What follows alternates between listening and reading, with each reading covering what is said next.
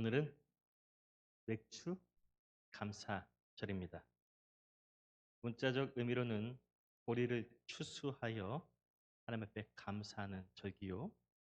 시간적으로는 하나님 앞에 지난 6개월 살아온 우리 삶을 결산하는 절기인데요. 한 가지 조금 아쉬운 게 있습니다. 맥주절이 추수감사절보다 조금 작게 느껴지는 기분이 있습니다. 여러분의 감사의 비중은 어떻습니까? 맥주 감사가 더 큽니까? 추수감사절이 더 큽니까? 동일한가요? 추수감사절의 기원에 대해서는 잘 아시죠? 영국의 청교도들이 신앙의 자유를 찾아서 아메리카 신대륙에 찾아갔습니다. 숱한 위기를 거듭하며 견뎌온 한 해, 청교도들은 뜨거운 눈물과 감사의 축제를 열었습니다.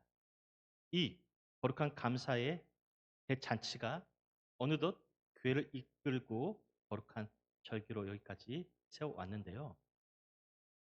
그에 반해 맥주 감사절은 그의 역사 속에서 세워진 추수감사절과는 다릅니다. 하나님께서 애굽에서 보난 이스라엘 그리고 주 당신의 모든 백성들에게 향하시는 명령입니다. 명령. 그 거룩한 선언이 9절입니다. 일곱 주를 셌으니 곡식에 낫을 대는 첫날부터 일곱 주를 세어. 이 말씀은 하나님께서 처음 열매를 맺는 순간부터 7주 49일의 시간을 세어 보라는 말씀인데요. 지금 이스라엘 백성들이 어디서 하나님의 이 말씀을 듣고 있습니까? 그들이 서 있는 곳이 어디입니까? 신명기적 배경을 보면 가나안 땅 입성을 앞에 두고 아직은 광야 한복판에 서 있습니다. 매일 모래 바람이 몰아치고 마실 물조차 없는 척박한 땅에 그들이 서 있는데요. 농사도 할 수 없는 이 땅에서 하나님은 왜 이스라엘 백성들에게 농사 그리고 곡식 이야기를 하고 계시는 걸까요? 본문을 비틀어서 묵상해 보면 이게 믿음 아닙니까? 이스라엘은 지금 아무것도 없는 광야에 서 있다 말씀드렸습니다. 아주 황량한 땅이지만 그들을 살아왔던 지난 40년의 세월을 돌아보십시오. 매일 하나님께서 그들에게 만나를 주셨습니다. 이 매일의 만나가 아니면 그들이 광야에서 어떻게 살 수 있었겠습니까? 따라서 그들은 매일 내려주시는 만나의 은혜로 광야에서 살아왔습니다. 그 세월만 해도 무려 40년. 가끔 욕심이 있는 사람들이 있더라고요. 하나님이 만나를 내려주실 때 말씀하셨습니다.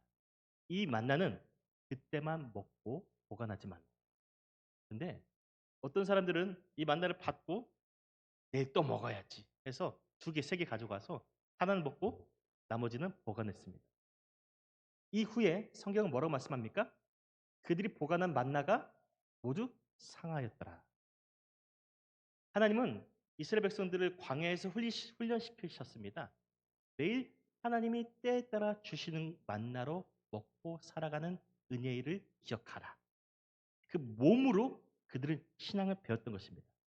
몸으로 매일 매 순간 또 매 순간 은혜이고 돌보시는 그런 하나님의 동행을 경험했었는데요. 이제 마침내 이스라엘은 그 돌보심의 은혜를 믿고 가나안 땅에 들어가게 될 것입니다. 또 들어왔습니다. 들어와서 배운 대로 맺은 첫 열매를 하나님 앞에 바쳤습니다. 그리고 그날부터 모든 수확이 마치는 7주의 시간 매일 매일 하나님 앞에서 나를 계수하였습니다. 혹시 농사 지어보신 분 있나요? 농사. 농사를 지어보신 분들은 잘 아실 것입니다. 첫 수확을 맺었다고 해서 모든 수확이 반드시 성공적인 것은 아닙니다. 첫 수확을 맺고 그 이후의 시간들 보십시오.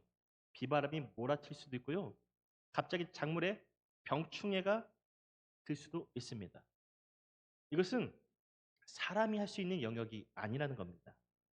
그래서 이스라엘은 첫 열매를 수확하고 매일 만나를 기다렸듯 그들이 몸으로 배웠잖아요. 몸으로 배웠듯 49일을 세며 고백했다는 거예요. 하나님, 첫 열매를 주셔서 감사합니다. 남은 모든 수확 또한 하나님께서 책임져 주실 줄 믿습니다. 이 고백을 하라는 말씀입니다. 여러분이 지나온 6개월의 삶은 어떠셨습니까? 여러분의 손가락을 하나씩 접으며 셀 때 언제, 어디서, 어떻게 하나님의 돌보심을 받으셨습니까? 하나님께서 남은 한 해 우리가 살아갈 모든 날 동안 우리 가정과 일터와 모든 삶을 책임져 주실 것임을 믿고 있습니까? 확실히 믿으며 주와 동행하길 원하십니까? 다시 보겠습니다. 10절 전반절. 내 하나님 여호와 앞에 77절을 지키되. 이 77절은 직역하면 주간들의 축제입니다. 말 그대로 7주를 하나하나 세어가며 하나님 앞에 기쁨을 누리는 절기인데요. 구절 말씀대로 7주, 49일을 지낸 다음 50일째 되는 날, 이날이 77절입니다. 그래서 77절을 50일의 축제, 다섯오, 십순, 오순절이라고 불렀습니다. 무엇보다 이 절기는 하나님 앞에 첫 수확한 첫 열매를 드렸다고 말씀했죠. 첫 열매. 그래서 초실절. 또 출애굽께서는 이 첫 열매를 거두는 절기에 대해서 이렇게 말씀합니다. 함께 봉독합니다. 맥추절을 지키라. 이는 내가 수고하여 밭에 뿌린 것의 첫 열매를 거둠이니라. 77절, 오순절, 초순절, 맥추절. 이름은 여러 가지이지만 본질은 하나입니다. 하나. 지나온 시간과 삶을 세보며 하나님의 은혜를 기억하라. 하나님의 돌보심을 기억하라. 너는 하나님의 은혜가 없이는 살 수 없는 존재임을 기억하라. 아멘이십니까? 앞에서도 말씀드렸죠. 이스라엘은 40년 광야 생활하는 동안 매일 들판에 나가서 만나를 거뒀습니다. 하루라도 이 만나가 내리지 않는다면 그들은 쫄딱 굶어야 됐습니다. 광야에서는 이 만나 없이는 살 수 없었다라고 말씀을 드렸는데요. 하나님은 그때를 기억하라는 겁니다. 너희가 매일 만나로 경험하며 살았듯이 몸으로 배운 대로 살았듯이 가나안 땅에 들어가서도 배운 대로 살아라. 그리고 마침내 이스라엘 백성들이 들어간 그 가나안 땅에서 살면서 이제 첫 수확을 거뒀는데요. 첫 수확을 거뒀는데 여러분 이들이 어떤 사람들이죠? 이스라엘이 어떤 사람들입니까? 특별히 이스라엘 2세대 그들은 어디서 태어났습니까? 이스라엘 2세대 광야. 광야에서 태어났어요. 광야에서 태어났으니 농사 한 번도 지어본 적이 없어요. 농사 한 번도 지어본 적이 없어요. 제가 한 번은 화분을 키우려고 했는데 키우다가 다 시들어 버렸어요. 야, 하나님 참 공평하시구나. 나에게 외모도 주시고 또 지식도 주시고 능력도 다 주시는데 작물을 키우는 능력은 안 주시는구나. 공평하신 하나님 경험했는데 왜 웃으십니까? 처음 농사를 하는 사람들은요. 열이면 9은 다 실패합니다. 근데 농사를 한 번도 해본 적 없는 이들이 가나안 땅에 들어갔어요. 가서 첫 농사를 지었는데 신비하게도요. 첫 수확을 맺었다는 거예요. 첫 열매를 맺게 하셨다는 겁니다. 모든 농사가 성공적으로 이루어졌다는 겁니다. 아멘이십니까? 그런 이스라엘 백성들이 순간 온몸으로 깨닫게 된 거예요. 그들이 광야에서 몸으로 배운 대로 이렇게 소리쳤을 것입니다. 우리를 돌보신 하나님, 광야에서 만나를 먹이시며 몸의 신앙을 주신 하나님, 우리에게 이 가나안 땅을 인도해 주셨고 또 첫 수확을 맺게 해주시며 감사드립니다. 앞으로 남은 모든 수확을 하나님 앞에 맡기니 저희를 책임져 주시옵소서. 우리와 동행하여 주시옵소서. 어찌나 감사했는지 오늘 본문 10절 하반절 말씀 보면 자원에서 예물을 가져와요. 하나님께서 명령하시기에 또 했지만 그 감사가 넘쳐가지고 모든 힘을 다해서 자원하여 예물을 드립니다. 여러분, 사람은요 심리적으로 좋은 일이 생기면 가만히 있지 않습니다. 즐거운 일이 생기면 가만히 있을 수 없습니다. 여러분 어떤가요? 갑자기 좋은 일이 생겼어요. 엄청 행복한 일이 생겼어요. 요즘 막 주식 이야기 하는데 삼성전자가 갑자기 확 뛰었어요. 여러분 그러면 어떻게 해요? 다르게 할까요? 주식 말고. 아들이 대기업에 취업했고 아파트 40평대로 이사 갔고 벤츠 뽑았어요. 어떻게 해요? 아들 겸손하셔가지고 아무 말씀도 안 하시는데 여러분 보통 이렇게 좋은 일이 생기면 자랑하고 싶지 않습니까? 가깝게는 내 가족에게 먼저 공유하고 그리고 아는 모든 사람들에게 이 좋은 그 소식을 함께 나누고 싶어하는 것이 사람들의 마음 아닙니까? 하나님께서도 우리의 이 마음을 누구보다 잘 아셨습니다. 그래서 첫 열매를 거두며 즐거워하는 이스라엘 백성들에게 이렇게 말씀하시는 겁니다. 이스라엘 백성들아 행복하지 않느냐? 자, 그러면 그 기쁨을 가지고 가서 많은 사람들에게 나누어라 하는 말씀이 11절. 함께 봉독합니다. 너와 내 자녀와 노비와 내 성중에 있는 내 인과 및 너희 중에 있는 객과 고아와 과부가 함께 내 하나님 여호와께서 자기의 이름을 두시려고 택하신 곳에서 내 하나님 여호와 앞에서 즐거워할지니라. 아멘. 여러분, 이스라엘 백성들은 지난 40년 동안 광야에서 살아왔습니다. 광야 길을 걸어왔습니다. 낮에는 덥고 밤에는 춥습니다. 한없이 걷고 또 걷다 보면 다리가 아픕니다. 다리만 아픕니까? 다리만 아픕니까? 다리부터 시작해서 고관절까지 아프고요. 고관절이 통증이 허리까지 올라와서 걷다가 주춤해요. 넘어져요. 그 고통으로 인해서 주저할 때쯤, 주춤거릴 때쯤 그들은 서로 부축했어요. 서로.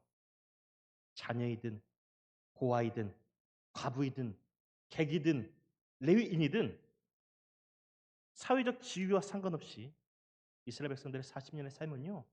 서로 부축하며 살았어요. 서로 지탱해주며 살아왔습니다. 서로에게 맡기면서 생존해 왔습니다. 험한 광야에 살았지만 그들의 신분을 아득히 뛰어넘어서 진정한 교회를 이룬 줄 믿습니다. 광야에서 함께 즐거워하며 함께 슬퍼하며 함께 고통당하는 공동체가 된 줄 믿습니다. 이런 특별한 경험이 있어서 이들은 서로 즐거움과 기쁨을 함께 나누고 있는데요. 여기는 대린구유라는 곳입니다. 대린구유. 화면 넘겨주십시오. 지하 8층 85m의 깊은 동굴 속. 이곳에서 최소 한 세대가 살아왔다면 믿겠습니까? 한 세대가. 최소 1만 명의 사람들이 이곳에서 살았던 것으로 추정되는데요. 그들은 지하잖아요. 농사도 지을 수 없습니다. 외부에서 누가 식량을 갖다 줘야 됩니다. 그래서 3일에 한 번씩 끼니를 뺐답니다. 3일에 한 번씩 식사하는 게 고작이었습니다. 여기는 입구입니다. 우물 입구에서 이들은 흘러내리는 빗물을 먹고 마시며 살았어요. 흘러내리는 빗물로 씻고 또 생활하였습니다. 이런 지하 도시에서 살라고 하면 여러분들 며칠 살 수 있겠습니까? 며칠이나 이 지하 도시에서 견디면 살 수 있겠습니까? 그러면 누가 대체 이 어두운 지하 도시에 내려와서 살았을까요? 누가 대체 이 지하라는 광야에 내려와서 생활하고 있었습니까? 여러분들이 짐작하신 대로 로마의 극심한 박해를 피해 땅속으로 숨어든 신앙의 선구자들이었습니다. 그냥 눈 질끈 감고 로마 황제가 신입니다! 하고 엎드려 절하면 되잖아요. 주기적으로 그들의 예배에 참석해서 로마 황제를 신으로 추앙하면 자유롭게 살 수 있습니다. 편하게 먹고 마시며 살 수 있는데 왜 이들은 굳이 광야로 찾아 들어갔을까요? 바로 그들에게는요, 절대적 감사가 있었다는 겁니다. 내 육신에 지치고 배가 고프고 우리 자녀들이 어려운 가운데 있을지라도 죄와 사망에서 우리를 건지신 하나님의 은혜는 좋게 비교할 바가 아니다라는 절대 신앙이 그들 가운데 있었습니다. 우리가 지하 도시에 살고 있지만 저 천국 시민권자로서 하늘을 바라보고 있는 그 절대적 영적 정체성이 그들 가운데 있었다는 겁니다. 그들 가운데. 하나님께서 친히 그들의 주인 되시니 그들 중에 누구도 귀족, 노비, 이런 신분 같은 거 따지는 사람들이 없었습니다. 모두가 한 형제로서 함께 빵을 나누었고 굶주린 고아와 과부를 부모처럼 돌보았습니다. 적어도 그들에게 있어 지하 광야에서 살면요, 세상 무엇과 좋게 비교할 수 없는 은혜이고 축복이고 영광의 통로였는 줄 믿습니다. 이렇게 한 세대가 살았어요. 100년 가까이. 그래서 12절입니다. 너는 애굽에서 종 되었던 것을 기억하고 이 규례를 지켜 행할지니라. 아멘. 그들은 기억했습니다. 고대 이스라엘이 애굽에서 종 되었을 때 구원하신 하나님의 은혜를 말씀을 통해서 기억합니다. 하나님께서 낮에는 구름기둥, 밤에는 불기둥, 매일 만나도 주셨고 의복이 헤어지지 않도록 지키셨는데 이스라엘 돌보셨는데 지하 도시에 사는 것이 무슨 문제가 되었느냐, 그런 고백이 있었다는 것. 우리가 지하 도시에 살고 있지만 하나님 감당할 수 없는 은혜와 축복을 받았는데 이게 무슨 문제가 되겠습니까? 하나님의 말씀을 지켜 행하고자 구원받은 자로서 광야로 나온 사람들, 그들이 바로 우리 신앙의 선구자들이었다는 절대 감사, 상대적인 게 아니라 하나님의 구원받은 백성으로서의 절대 감사가 그들에게 있었다. 아멘이십니까? 여기는 어디일까요?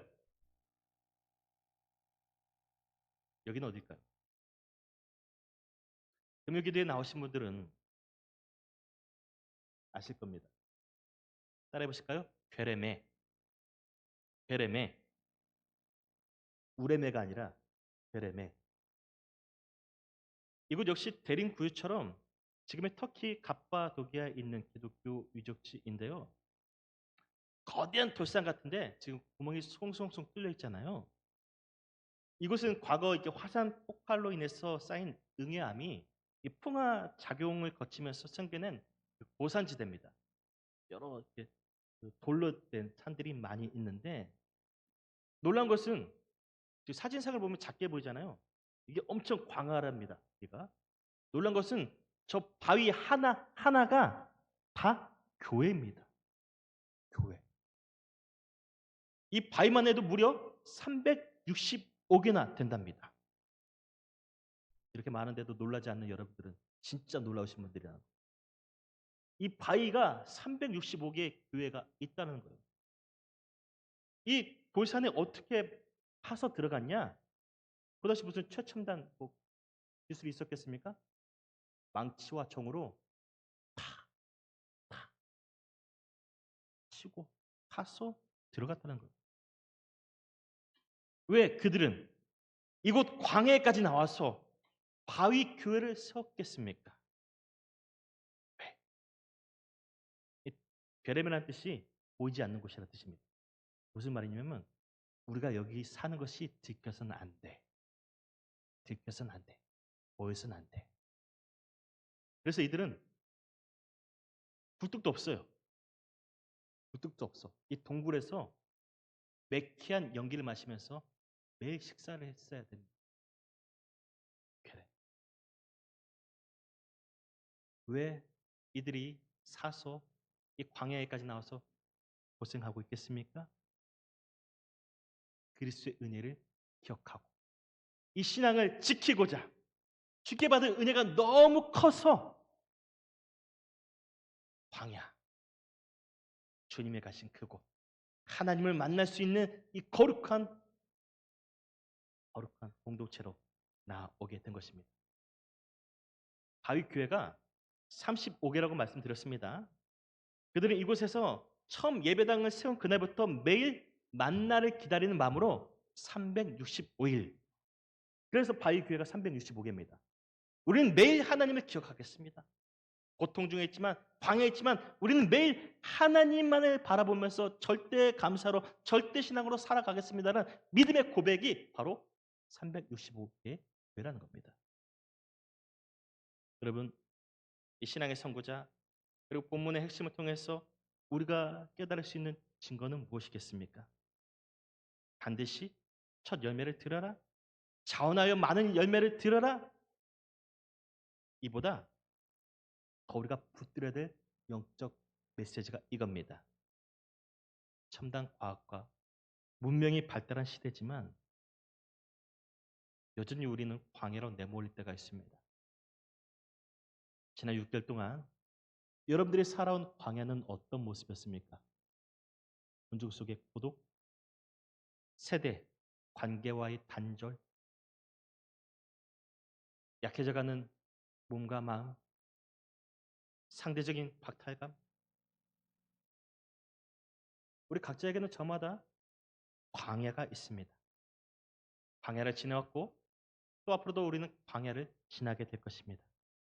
각자 험한 광야를 지날지라도 본문이 우리에게 말씀합니다. 지금까지 나를 먹이시고 입히신 하나님을 기억하라. 저 이스라엘 백성들이 첫 곡식을 추수한 그날부터 나를 기억하면서 주님을 붙들었던 것처럼 주님을 기억. 내가 날 때부터 세상에 나올 때부터 지금까지 인도하신 그 주님을 기억하라. 예언교회 이름으로 처음 모여서 공동체를 세운 그날부터 여기까지 인도해 주신 하나님을 기억하라. 그의 마당만 밟고 살았던 내 인생이 주님을 인격적으로 처음 경험하여서 그 첫사랑을 처음 경험한 그날부터 지금까지 주님을 기억하라. 앞으로도 주님을 기억하라. 다시 할까요? 주님을 기억하라. 내가 이 땅에 태어난 첫날부터 내가 살아가는 모든 날까지 동행하시는 주님을 기억하라. 그분의 은혜를 기억하라. 나를 죄와 사망에서 건지신 그 놀라운 주님의 사랑과 생명을 영원한 생명을 기억하라. 이것이 맥주 감사절을 맞이하여서 우리가 하나님 앞에 올려드려야 될 최고의 최상의 예물이 될 줄 믿습니다. 그 믿음으로 승리하는 저와 여러분들 되시기를 주의 이름으로 축원드립니다. 기도드립니다. 주님, 말씀을 통하여 배웁니다. 첫날부터 하나님께서 우리를 부르신 첫날부터 이 세상에서 하나님께서 우리를 동행하시고 이끄신 그 첫날부터 지금까지 앞으로 주님과 함께 살아갈 모든 날, 그날을 바라보며 주님을 기억하라. 이것이 가장 큰 저희 예물이 되게 하여 주옵소서. 지난 6개월 동안 지켜주신 하나님과 함께 남은 6개월 모든 삶을 살아갈 수 있는 믿음을 저희에게 더하여 주옵소서. 예수님의 이름으로 기도드립니다. 아멘. 이제